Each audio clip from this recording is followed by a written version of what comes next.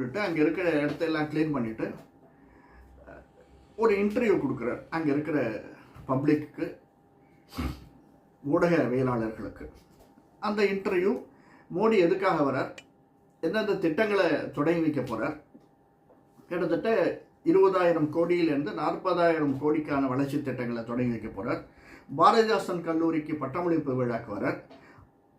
அதற்கு அடுத்து இந்தியாவினுடைய வளர்ச்சி, நம்முடைய தமிழ்நாட்டினுடைய வளர்ச்சி, அதற்கு மத்திய அரசு எந்த அளவுக்கு உறுதுணையாக இருக்குது அப்படிங்கிறத எக்ஸ்பிளைன் பண்ணுறார். இதுதான் அண்ணாமலையினுடைய இன்றைய முதல் கோரிக்கையாக நமக்கு தெரிகிறது. இப்போது அண்ணாமலையினுடைய உழைப்பை நம்ம பார்த்துட்டு இருக்கோம். சைடில் அவர் கை கம்பு எடுத்து க்ளீன் பண்ணுறது அதையெல்லாம் நம்ம பார்க்குறோம். இதற்கு அடுத்து பாரதிதாசன் பல்கலைக்கழகத்தில் பட்டமளிப்பு விழா.